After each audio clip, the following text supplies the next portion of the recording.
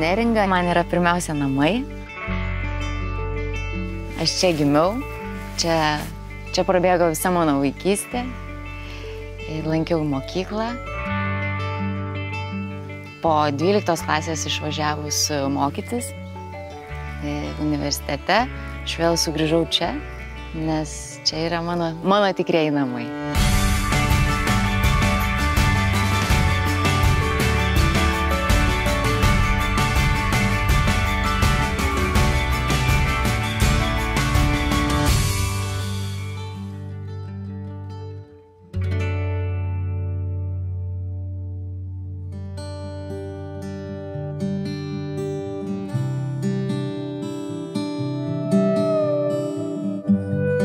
Neringa kelia labai daug sentimentų, net ir dabar, ir galbūt dėl to, kad viso to tu pasiilgsti kiekvieno čia kampelio, jūros, marių, ir matyt, tas ir privertė sugrįžti atgal gyventi čia iš didmiesčių.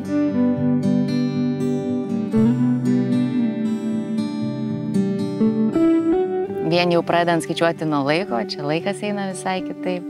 Atrodo, kad didmiesčiuose visi taip skuba, o čia tas skubėjimas yra daug lėtesnis. Galbūt čia negalima sakyti taip, kad dienoje čia nutinka mažiau įvykių ar dar kažko, bet čia viskas eina lėčiau ir man atrodo, kad žmonės šiek tiek gyvendami Neringoje, jie yra kitokie.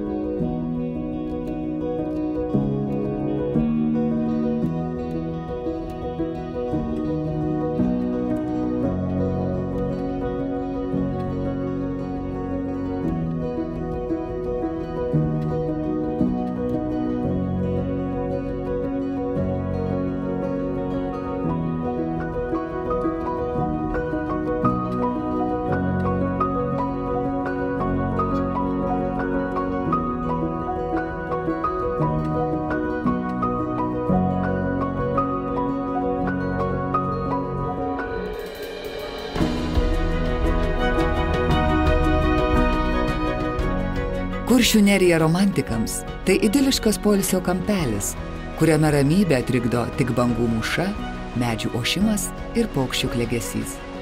Pragmatikams tai 98 km ilgio pusiasalis, skalaujamas Baltijos jūros ir Kuršmarių, kuriame Lietuvai priklauso tik 52 km ruožas.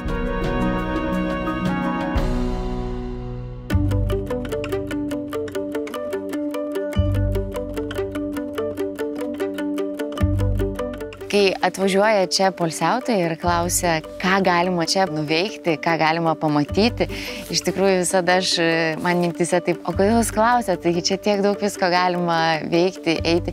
Neringa šiaip yra kitoks kurortas, jisai nėra šurmulio pilnas to tokio, ką galima rasti galbūt kitose kurortuose. Tu nori pailsėti, tu nori įkvėpti gerų emocijų, pasikrauti naujiem darbam, kūrybai, tai čia yra pati tinkamiausia vieta ir tos lankomiausios vietos, kurios yra, ar ne, pavyzdžiui, Parindžio kopa, ar ne, tu užlipi tenai ir atrodo, tu lipi jau ten šimtai ten ir dar kelintąjį kartą ir tu vis tiek tuo stebėsi.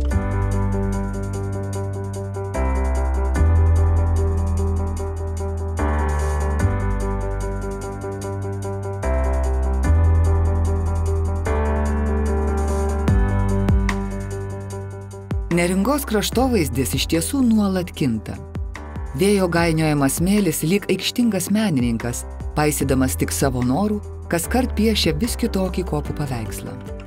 Gamtos žaidžiamas žaidimas Kuršių nerijos gyventojams per šimtmečius diktavo taisyklės ir vertė prisitaikyti. Ten, kur šių dienų Neringos lankytojams prieš akis veriasi užburiančios Naglių rezervato panoramos, po raibuliuojančių smėlynų zigzagais palaidoti ištisi kaimai ir sengirių kelmai. Mirusios kopos ne tik įspūdingas gamtos paminklas, bet ir simboliškas perspėjimas šiuolaikiniam žmogui tausoti aplinką. Unikali vėjo, smėlio ir vietos gyventojų sukurta Kuršių nerijos dermė yra ne tik nacionalinė, bet ir pasaulinė vertybė. 2000-aisiais įtraukta į UNESCO pasaulio paveldo sąrašą.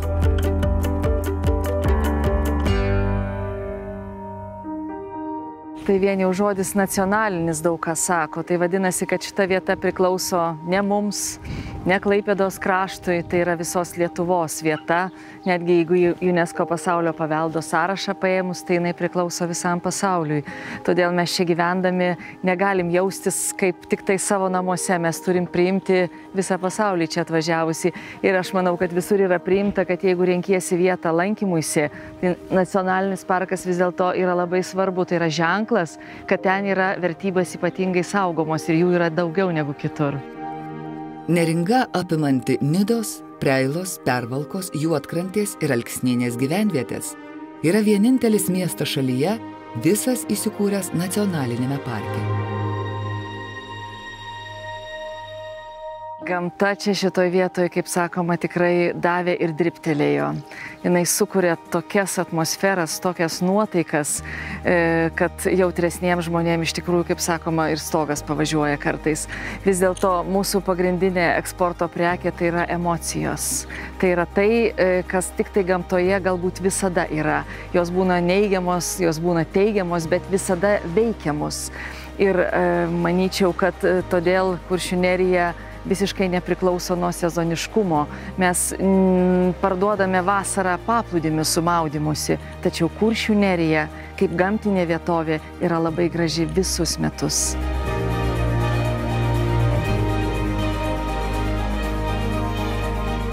Neringa labiausiai žavi kopomis ir balto smėlio paplūdimiais, kurie gali didžiuotis mėlynosios vėliavos kokybės ženklu, reiškiančių, kad ši vieta atitinka aukščiausius aplinkosaugos ir turizmo paslaugų reikalavimus. Tačiau didžiausią Neringos dalį užima miškai, o žmonių apgyvendinta teritorija nesiekia nė procento.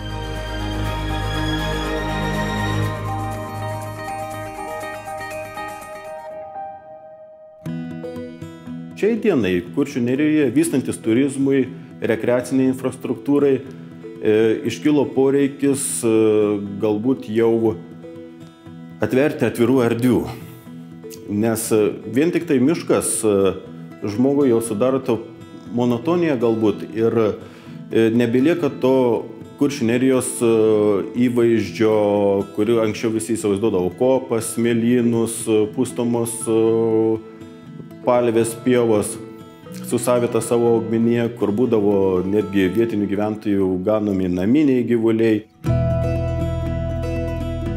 Dabar vykdome gamtotvarkinius projektus, kurie yra įtraukti į Kuršių nerijos nacionalinio parko miškotvarkos projektą. Tai to projekto metu yra numatyta per artimiausius 20-30 metų atverti apie 1300 hektarų atvirų erdvių, kurios šiuo metu yra apaugusios krūmais, medžiais, kitur netgi mišku. Vykdant šios gamtotvarkinius projektus, gamtai nebūtų pakenkiama. Realiai yra stengiamasi, kad išlaikyti tą vietiniai Kuršių nerijai būdingą kraštovaizdį su jame esančių biologinę įvairovę, esančiais būdingais augaliukais, gyvūnija ir augmenija. Kuršių nerijos gamta dosni turtų. Čia veši savita augalija, daugiausia pušynai. Veisiasi per 40 rūšių gyvūnų. Stambiausias ir vienas žinomiausių nerijos gyventojų – briedis. Nuo senų laikų laikomas šio krašto simboliu. Neringą kerta ir paukščių migracijos kelias, kuriuo pavasarį ir rudenį skrenda milijonai sparnuočių. Juos akimis palydėti į kelionę galima iš apžvalgos aikštelių Naglių gamtos rezervate, ant Parnidžio ir Vecekrūgo kopų, taip pat nuo Garnių kalno, vardą gavusio dėl greta įsikūrusios pilkųjų garnių ir kormoranų kolonijos. Tai viena didžiausių šių paukščių peryklų Europoje.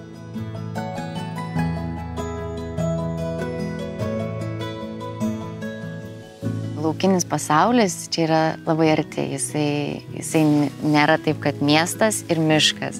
Kartais net ypatingai žiemos metu būna miškas mieste. nes juokaujam dažnai, kad eidamas į parduotuvę žiemos metu tu dažniau gali sutikti šerną, lapę, negu savo kaimynai. Čia galbūt galioja tas toks pasakymas, kad geriau turėti 100 draugų negu 100 pinigų, nes čia yra visi draugai, čia yra vieni kitus pažįsta ir šiaip yra vietiniai draugiški. Tai jeigu elementariai tu išeini pasivaikščioti su šuniu, eini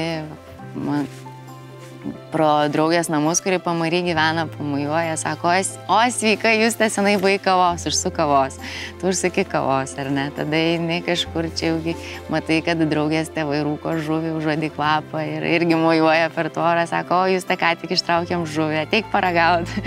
Tarkim, ten čia vasarą dar nebuvo tos žuvies ateik. Tai tas iš tikrųjų yra ir mane tas žavi. Ta žavi, kad tu pažįsti žmonės, kad tu sutikęs parduotuvėje, jie paklaus, kaip tau sekasi ir tu gali, ir jiem rūpi atsakymas. Tas yra smagiausia, man atrodo, čia. Juodkrantės metraštininkė vietos žmonių vadinamai Aldonai Balsevičienei rūpi kiekvienas šios gyvenvietės žmogus. Nors pati kilusi iš Kauno, Juodkrantę jie jau seniai laiko savo namais.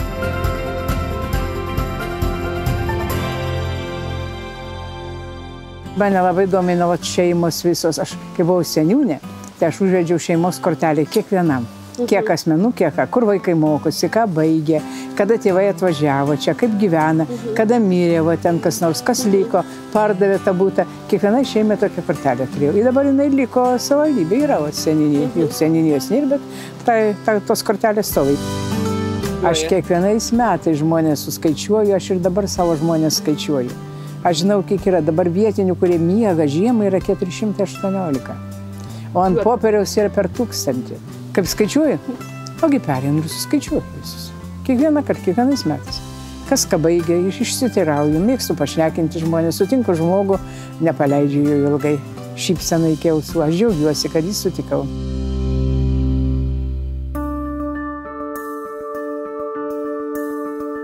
Po karo Kuršių nerija buvo virtusi beveik negyvenama pasienio zona. Namai ištuštėję, senųjų gyventojų likęs vos vienas kitas, kas galėjo ir spėjo pasitraukė į Vokietiją. Į apleistą kraštą sovietmečiu imta keldinti žmonės iš žemyno. Viena tokių naujakurių, gavusi Juodkrantėje mokytojos darbą, buvo ir Aldona Balsevičienė. Čia buvo pasienio zona ir pirmoji banga, tai čia buvo atkelti žvejai net iš Astrachanės. Aišku, jų žvejojimo būdas buvo absoliučiai kitas. Taip, tai čia ta pirmoji banga, paskiau antra banga labai daug jau tada suvažiavo iš Dzūkijos ir iš Panemunės. Viskas tai buvo susijęs su žvejyba, pagrindinis pragyvenimo šaltinis, aišku, jau 20 amžiaus pradžioj, kada Neringa jau tampa kurortu, tai ir tada jau pajamos papildomas atsiranda, žvejai savo trobas puošė, tvarko, bet vis tiek žvejyba buvo pagrindinis jų gyvenimo elementas.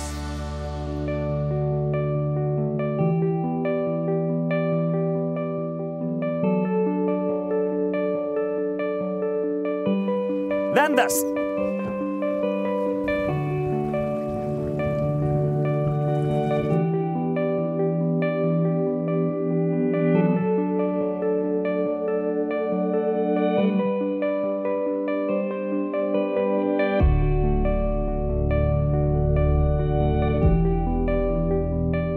Dabar mariose bangas skrodžiantis Kuršis nėra originalus kurėnas, nors bemaž nieko nuo jo nesiskiria.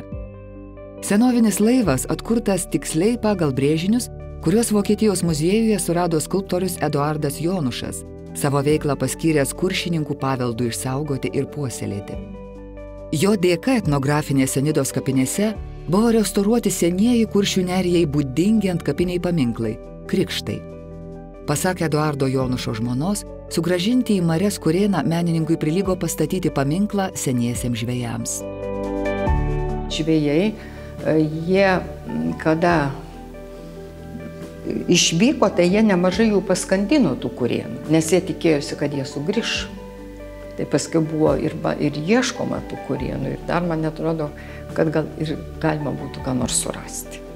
Tai jo buvo tokia tiesiog programa, ką jis turi Neringoj padaryti. Tai toks paskutinis darbas iš tų didžiųjų, tai ir buvo. Na, o tiem žmonėms, kurie po to atvykdavo, tai čia buvo, na, ypač seniesiams žvejams, tai jie čia lipdavo į laivą ir verkdavo. Žinot, ką tai reiškia? Tu išvažiavai ir tu grįžti ir matai savo darbo įrankį, taip galima pasakyti. Dabar Kurėnai mariose skirti tik turistų pramogai. Pasikeitė žvejų laivai, keitėsi ir žvejybos būdai, o ir pati žuvis jau netokia. Anksčiau ungurių būdavo pilni tinklai, dabar vos vienas kitas.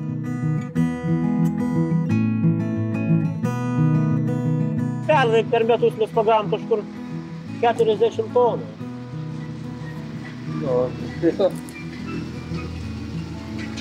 Tada pagaudavom daugiau.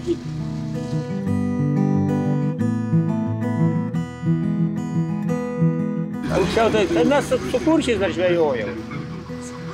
Jo. Nu, jiegi gyveno. Buvau net pramokęs kuršiškai. Su vaikais kartu lakstydavome.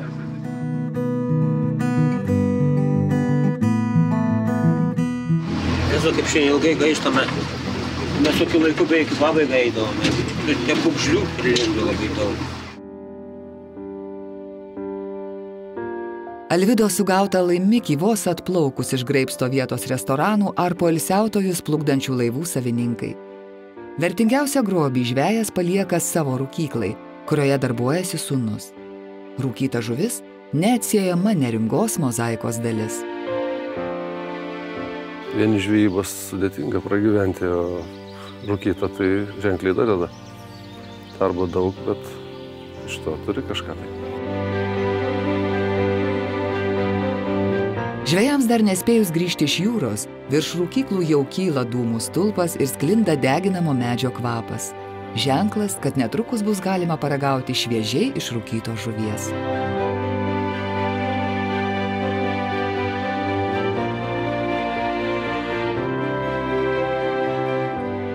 Vienu momentu nebuvo tėvui, kas padėtų, tai paprašė pagalbos. Nu, aš žinoma pasakiau, kad taip, be problemų padėsiu ir kurį laiką teko su juo kartu dirbti ir kažkaip, kaip čia pasakius, užsikabliavau. Ir žiemą, ir vasarą labiausiai mėgstu, nes vasarą tas darbas, judesys, žmonių didesnis kiekis, o žiemą aplinka, gal daugiau dėl aplinkos, dėl oro, irgi smagu būna žiemą ir su giminėm pabūni.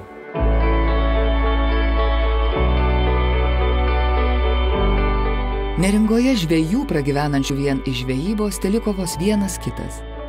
Tačiau žūklė daugam tebėra nepamainoma pramoga. Žiemos šalčiui padengus Kuršių marias storu ledu, ant jo būriais ima plūsti stintų gaudytojai. Kai kurie vietos žvejai tebenaudoja senovinį stintų žvejybos būdą vadinamą bumbinimu, kai žuvys į tinklus po ledu suvaromos jas gąsdinant, mušama mediniais plaktukais į eketėn panardintą lentą. Be stintų anksčiau tokiu būdu buvo gaudomi ir pūgžliai, liaudyje vadinami pūkiais. Žvejai mušdami lentą pritardavo žodžiais stinta pūki. Iš čia ir kilo stintapūkio šventės pavadinimas.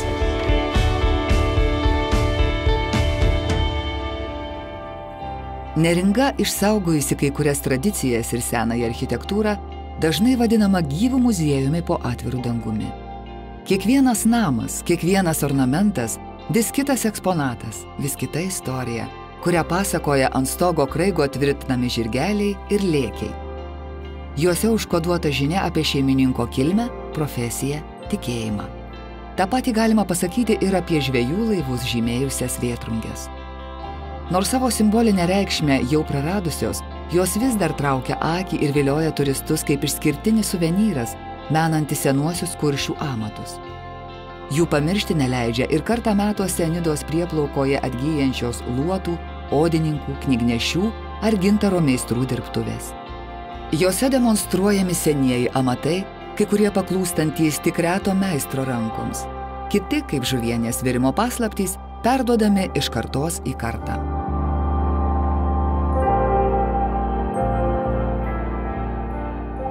Sveiki. Sveika. Ką čia veikėt? Verdu žuvienę. Ar gardi bus žuvienė? Čia jau kaip svečiai pasakys. Mes visą laiką stengiamės virti gardžią, žinai.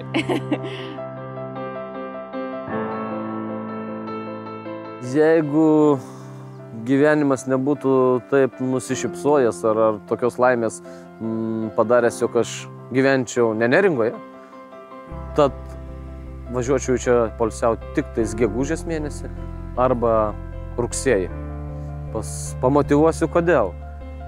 Tikrai tada yra daugybė žuvies, žvejai gaudo, nedaug turistų, kam ją parduot. Tai reiškia, jog žuvis nėra brangi. Pigesni viešbučiai, pigesnis privatus sektorius, nes nėra tiek turistų ir galima dėrėtis. Rudenį yra dar plius ir grybai. Ne tik žuvis, bet ir grybai. Yra daug didesnė galimybė Baltijos jūroje rasti didesnių gintarų, nes vėlgi yra mažiau renkančiųjų. Taip kad, manau, rugsėjis tai yra pats nuostabiausias ar gegužė laikotarpis poilsiauti Kuršių Nerijoje. Kuršių Nerija lankytojams atvira visus metus ir kiekvienas laikas čia turi savo žavesį. Bet daugiausia poilsiautojų į Neringą suplūsta žinoma vasarą. Sezono pradžią kurortas tradiciškai pasitinka švęsdamas. Visas miestas tuomet tampa simbolinė Lietuvos sveikos gyvensenos ir aktyvaus laisvalaikio sostinė. Festivalis Sveika Neringa kviečia kurorte leisti laiką aktyviai, pasinaudoti čia sukurta sporto infrastruktūra ir gamtos privalumais. Ryte pasimankštinti paplūdimyje, pasivaikščioti šiaurietiško ėjimo žingsniu per kopas, pasirstyti irklentę mariose, palaidyti jėgos aitvarus virš ošiančių bangų ar paspardyti futbolą, kai džiaugsmingiems įvarčio šūksniams pritaria žuvėdrų klyksmas.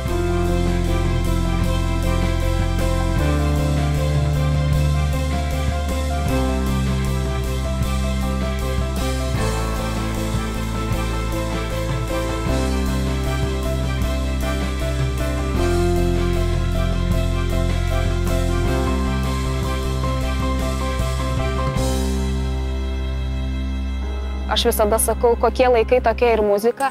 Tai gyvenimas nestovi vietoje, turistų, lankytojų, žmonių poreikiai, jie keičiasi. Ir jei kažkada prieš 10 metų buvo įdomu tiesiog atvažiuoti, pabūti, pasiklausyti, tai dabar vis tik žmonės linkę patys įsitraukti į veiklas, nori patys kažką veikti. Tai renginiai, kurie siūlo tik stebėtojo poziciją, manau, jie neturi netgi ateities. Mums patiems visiems reikia juk dalyvauti ar teatre, ar sporte. Ir žinoma, sveikos Neringos tendencija tai yra sveikos visuomenės ateitis, skatinti žmonės gyventi fiziškai aktyviai, gyventi sveikai. Ir sveikas žmogus yra laimingas žmogus.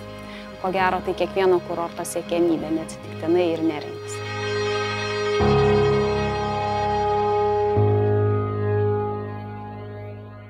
Aktyviam laisvalaikiui Neringoje įrengti orientavimosi sporto parkai, lauko treniruokliai, atnaujinti teniso aikštynai, ilginami pėsčiųjų ir dviračių takai. Visuose planuose turime dviračių takų žiedinimus. Tai reiškia, jog važiuojant dviračių taku turėtų atsirasti visur galimybė pasiekti jūrą. Patogi, priminti vienoje vietoje, kitoje vietoje. Tai, manome, dar suaktyvintų judėjimą dviračiais. Dviračių Neringoje yra labai daug. Turbūt kas antras atvykstantis čia poilsiauti atsiveža dviratį arba atvažiavęs išsinuomoja. Tad takus jau turime platinti. Visiškai neseniai dar tiesdami taką galvojame, oi, kas čia jo važiuos, kodėl jis toks didelis. Dabar matome, jau jis per siauras.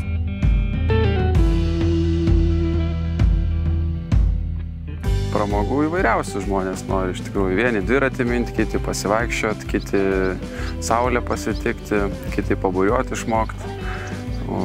Nes iš tikrųjų vanduo, smėlis, vėjas čia yra stichijos šio krašto. Ir iš tikrųjų jas ir išnaudojam.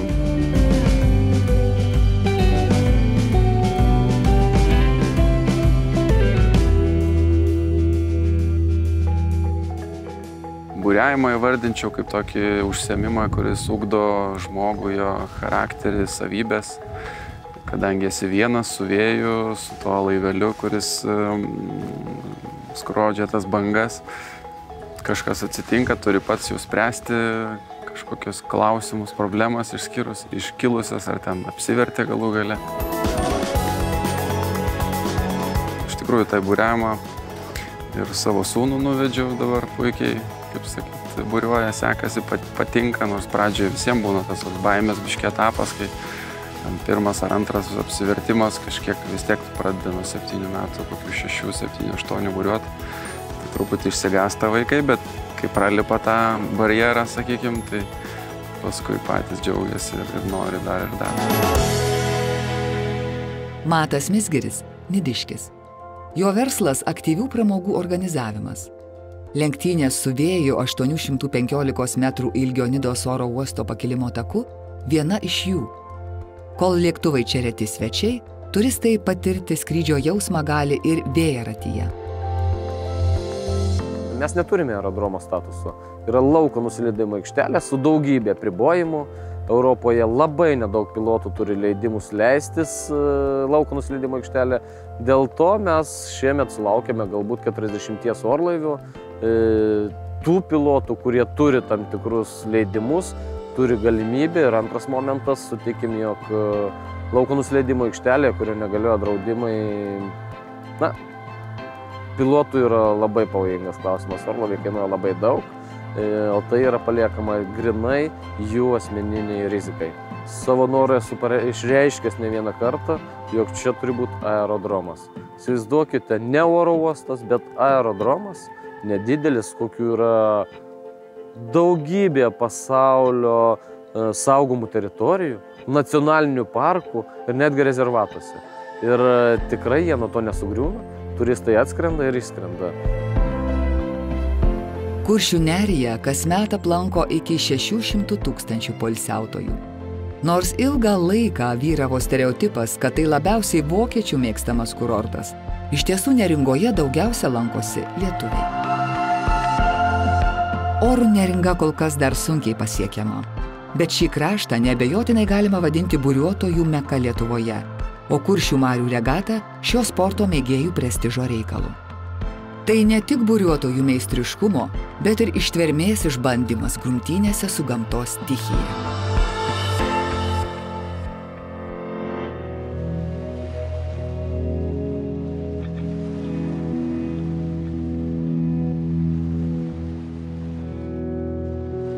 Jūra, aš galvoju, kad žmogaus gyvenime turi labai didelę galią ir jinai labai yra svarbi kiekvieno žmogaus gyvenime.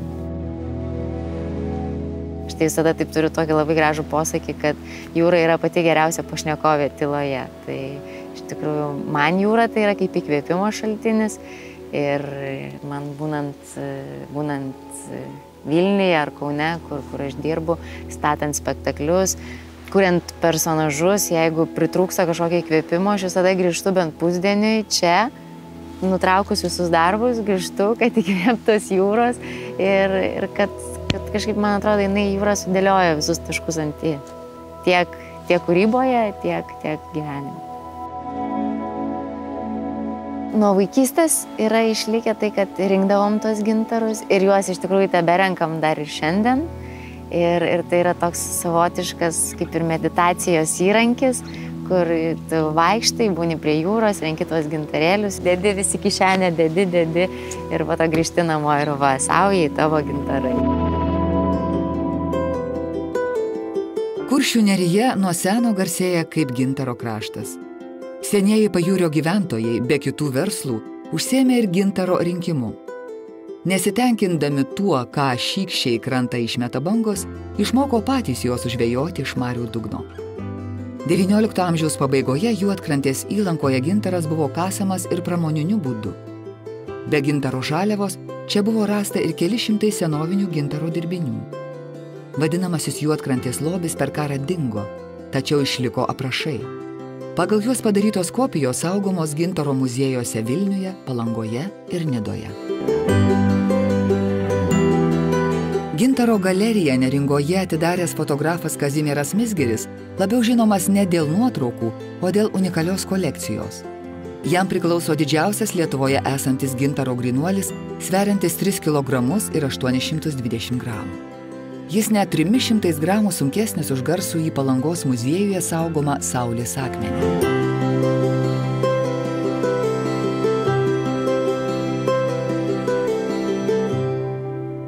Didžiuojuosi praktiškai kiekvienu gintaro eksponatu, kuris pakliuvo pas mus, nes nėra atsitiktinių. Jie visi yra kruopščiai ten apžiūrėti, ten šnekėta su žmogais, kurie rado tą gintarą, kaip jisai paklius čia, kur jisai bus, nes jie tada tokie, pasidaro ir tie patys žmonės kitokie. Pinigų, žinai, gavau, pridaviau ir viskas. O kada jisai turi, kiekvienas gintaro gabalas, kiekvienas grynuolis turi savo istoriją. Ir va tas pats didžiausias mūsų gintaras dabar, kur yra netoli 4 kg, irgi turi savo istoriją. Ten jis buvo rastas prieš 17 metų Baltijos jūros pakrantėje. Ir jisai iškeliavo kažkur tenai, vienas ten radėjas nusipirko vieną namą, pardavė tas, nusipirko 2 namus už tą gintarą. Paskui jisai atsirado ten kažkur arabų šalyse. Paskui garsas atėjo iki mūsų, kad toks gintaras iš Baltijos jūros išskalautas atsirado ten. Ir mums atsitiko noras, kad mums reikia vėl jį sugrąžinti atgal. Ir dabar jis eksponuojamas Nidoje, garbingoje vietoje. Dar didžiulė Dievo dovana, kad toj gražioj gamtoj, išskirtiniai gamtoj, dar tu čiupinėjai gintarus, gali daryti tokius darbus, tuos gintarus, draugauti su menininkais per tą gintarą, draugauti su visų pasauliu. Na ir tu bendrauji, rodai, kuri, darai parodas, darai kolekcijas, pristatymus. Nu yra didžiulis, manau, kad čia yra didžiulė dovana šiam gyvenime. Susidraugavusi su gintaru ir Neringa, Mizgirių šeima šalia galerijos ant buvusios Vištidės pamatų įkūrė menininkų namus, kuriuose suteikia prieglobstį kūrėjams atvykstantiems į Nidą dirbti. Taip tarsi tęsiama garsaus menininkų globėjo Hermano Blodės tradicija nemokamai savo viešbutyje apgyvendinti dailininkus, kurie išvykdami vieną kitą paveikslą kaip padėką palikdavo šeimininkui. Po Blodės viešbučio stogų daugiau nei prieš 100 metų gimė tai, ką menotyrininkai dabar vadina Nidos dailininkų kolonija. Blodės tradicijomis seka ir Nidos menininkų asociacija Tiltas, kasmet Kuršių Nerijoje rengianti ekspresionistų plenerą. Ta iniciatyva yra Briukė, buvo ekspresionistinė grupė, o Briukė tai yra tiltai. Ir mes tos tiltus kasmet tiesim. O dėl ko ekspresionizmas? Dėl to, kad Vokietijoje tais laikais, kada jie važiavo į Lietuvą, jie buvo patys moderniškiausi. Viena gražiausių buvo čia tradicijų, kadangi buvo, aš pasakydavau visiems tokį egzaminą, kuris garsiausias žmogus nidėtis, Nidos žmogus. Visi taip susimėto kartais. Tai būtent tas pats Hermanas Blodė. Mecenatas, menininkų mecenatas. Priimdavo jaunus Karaliaučiaus akademijos, Karaliaučiaus dailės akademijos studentus už paveikslą. Visi gyveno, reiškia, būtent Blodės viešbutyje ir išvažiuodami jie pakabindavo 1-2 darbelius ir taip pasiskaitydavo, nes jie, studentai. Įspūdingais laikinosios architektūros darbais Neringa netikėtose erdvėse papuošė pirmą kartą Lietuvoje surengtos Tarptautinės jaunųjų architektų ir architektūros studentų asamblėjos dalyviai. Nors asamblėja baigėsi, dalis renginio metu sukurtų objektų ir instaliacijų liko, dar labiau išryškindamos šio krašto savitumą bei galią įkvėpti kūrybai.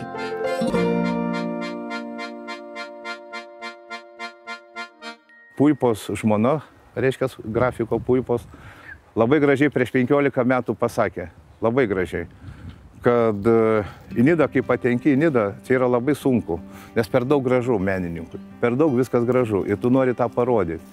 Ir dar svarbiausia, kad 3 dienas vaikštai nesvarumo būklėje čia. Jo žodžiai kaip kažkokia mantra, nes iš tikrųjų taip yra. Neringos magija užburia nuo pat pirmo pasimatymo. Vilniaus dailės akademijos įkurta Nidos meno kolonija ir rezidencijų centras yra dar viena Kuršių nerijos vieta, kuri kūrybai suvienyje tiek studijuojančius, tiek profesionalius kūrėjus iš viso pasaulio. Labai gerai iš tikrųjų pasakė vienas pirmųjų rezidentų, kurie buvo Nidos meno kolonijoje, prancūzas jisai buvo, aš sako, žinai, čia kiekvieną dieną yra sekmadienis. Atrodo, visi jau, ne tai, kad ten šeštadienis, visi kažkom ten labai užsiėmė, prisigalvoja, kad ir kažkokių ten laisvalaikio užsiėmimų, bet toks sekmadienis, kur visi jau vat rytoj tikrai visi eis dirbti. Ir taip kiekvieną dieną. Pirmadienį, antradienį, tiesiog tas ritmas, tu turi jį įsigyventi. Iš pradžių tai buvo labai daug streso nuo to, kad kas čia daras, aš nesuprantu, kas trečiadienis, ketvirtadienis, kuri čia diena. O dabar, dabar tik tais, dabar įpratau prie šito, kad dienos kažkaip savaip eina ir dabar, man rodos, jau galiu plaukti su jų tekme labiau. Mano ryšys su neringa yra gamta pagrinde ir labai unikali gamta. Ir tokia gamta, kurioje jautiesi gana saugus ir savas. Well, for me, the location is incredible. So it's remote enough that you can really focus on your own practice, but it's still quite lively with groups of students and other artists coming in. So you never feel really alone. And so it's a good mix of activity while remote. And I think it's a special place. I mean, I enjoyed it quite a lot, and I hope to come back at some time. Kanadietį menininką pažinčiai su neringa intrigavo žinomų prancūzų rašytojų Žano Polio Sartro ir Simonos de Beauvoir kelionė į Kuršių neriją, įamžinta lietuvio fotografo Antano Sutkaus nuotraukose. Literatūros pasaulio įžymybės, Nobelio premija apdovanoto, tačiau jos atsisakiusio Sartro 5 dienų vizitas Neringoje išgarsino ne tik jauną lietuvių fotografą. Antano Sutkaus padaryta kultinė Sartro nuotrauka pasauliui papasakojo ir apie Kuršių neriją.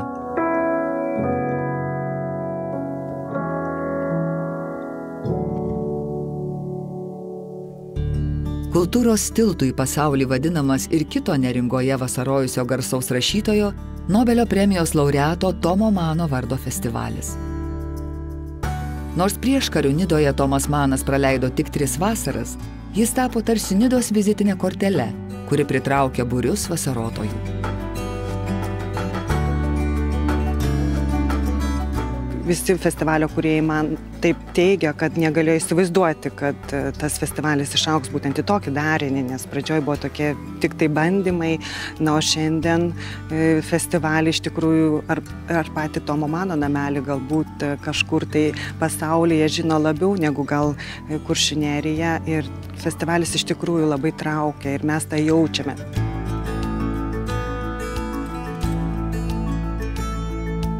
Iš ties nėra taip paprasta vasarą dienos metu sutraukti žmonės, kurie kažkaip juos ištraukti iš paplūdimio ir kad čia galėtų diskutuoti, klausytis kažkokių tai diskusijų, bet mes matom, kad gausėja. Tas mus labai džiugina ir ypač tai, kad vis labiau ateina jaunų žmonių.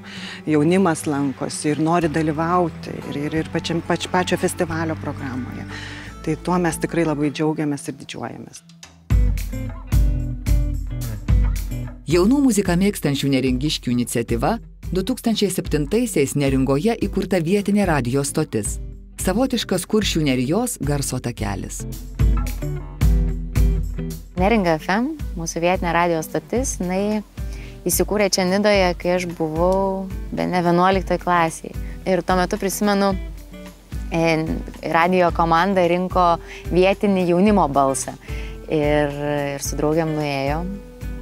Ir kažkaip ten taip išėjo, kad 2 metus ar 3 turėjom jaunimo balsą, kur kalbėjom apie jaunimo aktualijas, ką jie veikia, ko jie užsiema Nidoje ir kokie yra jaunimui skirti renginiai ir kokie mokykloje, kokios aktualijos, kokios problemos.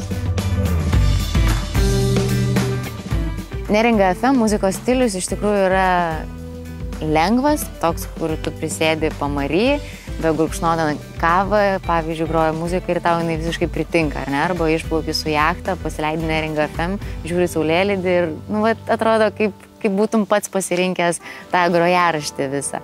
Tai Nidai tinka tokia muzika, mano nuomonė, kokią groja Neringa FM ir Nidai tinka apskritai tas lengvumas muzikoje, pavyzdžiui, kaip ir džiazas, kur džiazas yra improvizacija, ar ne? Tai Nidai jinai irgi yra pilna improvizacijos ir džiazas Nidai irgi labai tinka.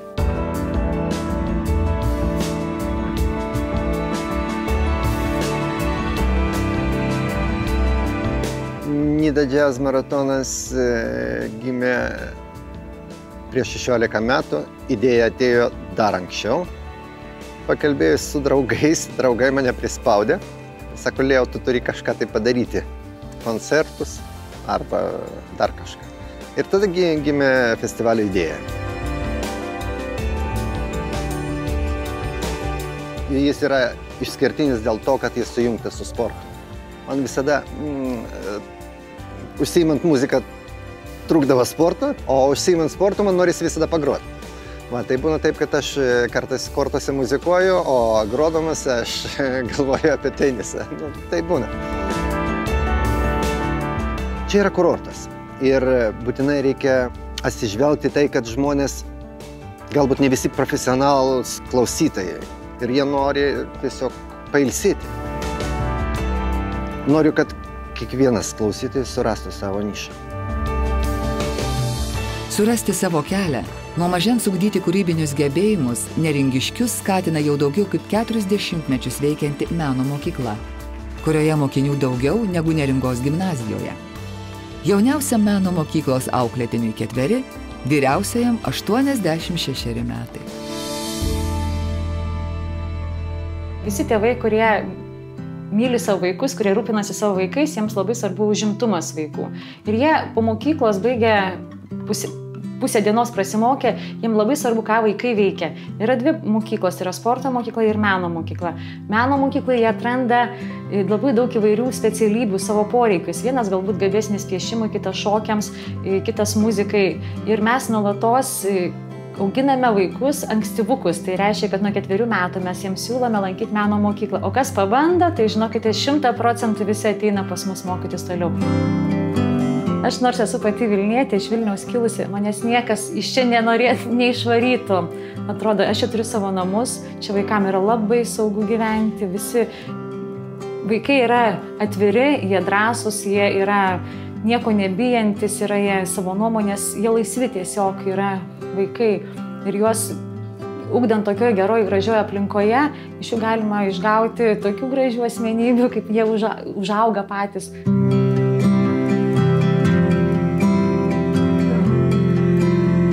Čia Nidoje, sakau, labai nuostabu gyventi ir labai man gera, šitą meno mokykla man yra pats mylimiausias darbas, ką aš galėčiau daryti, atrodo, gyvenime. Vasaromis įvairiais renginiais ir sporto pramogomis gyvybingai pulsuojantis Neringos gyvenimas žiemą nors yra primsta, bet atveria kitų galimybių. Aš nuo pat mokyklos laikų, kai išgirdavau klausimą, o tai ką jūs čia veikiat žiemą? Iš tikrųjų, šitas klausimas šiek tiek kelia juoką, nes kai vasara baigėsi, gyvenimas nesibaigia. Vietiniam gyventojam vasaros metu yra pirmiausia darbas. Darbas, nes daugelis gyventojų gyvena būtent iš turizmo ir net galima sakyti, kaip vasara pasiklosi, kaip vasarai pasiruoši pavasarį, tokia bus tavo žiema, toks bus tavo ruduo. Kaip pasikloti minkštesnį patalą žiemai, iš turizmo gyvenančius neringiškius moko Pervalkoje praktinio mokymo bazę įsteigęs Karaliaus Mindaugo profesinio mokymo centras. Mes turime, kaip sakoma, ir turim specialybės modulius iš dailiųjų amatų programos.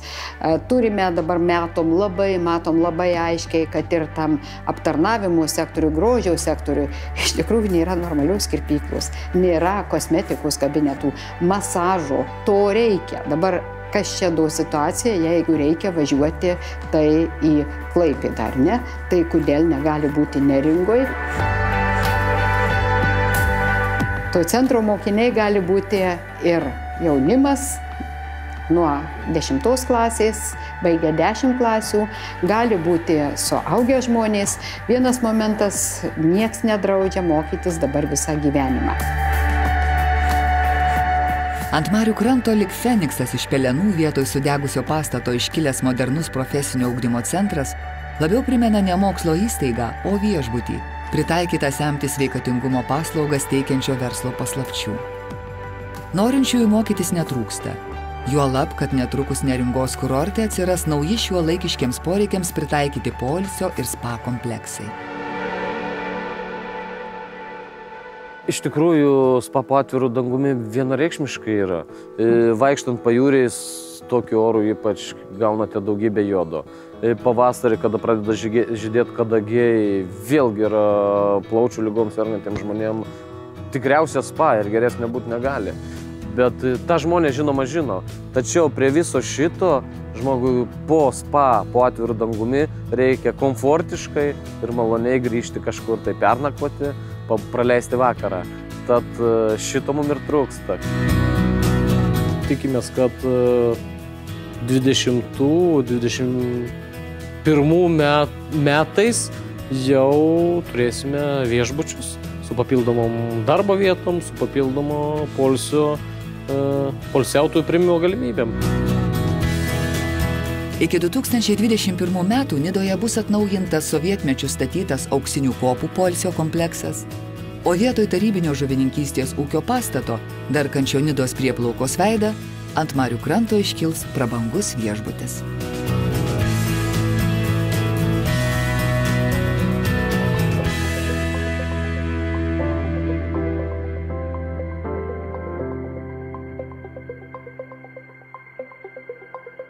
Labai dažnas pabuvęs šičia grįžta ne tik tai į nuostabąją gamtą, bet grįžta pas neringiškius, kurie visus žmonės priima kaip savo šeimos narius.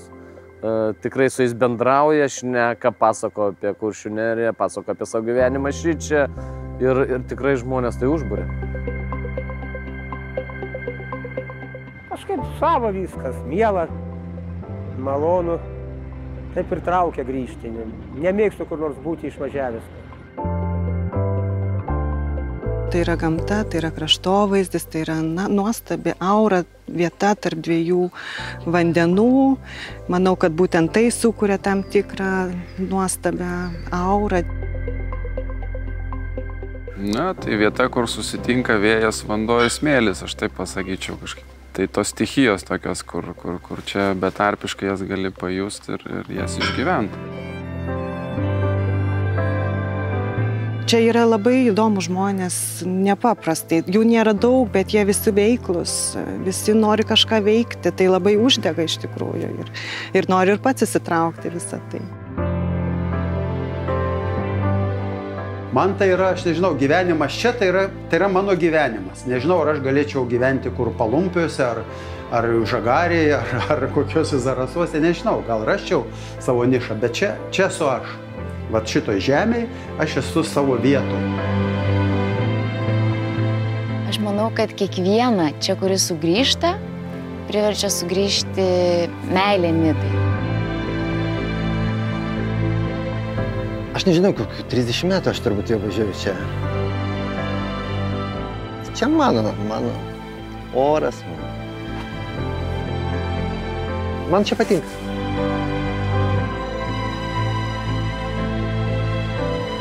Tai yra ta vieta, kuri galbūt užpildo kažkokią kartais susidariusią tuštumą manyje, nes tu vat nueini prie jūros ir tau gera. Tai yra gal ne tik tavo gimtieji namai, bet ir savotiški gal sielos namai.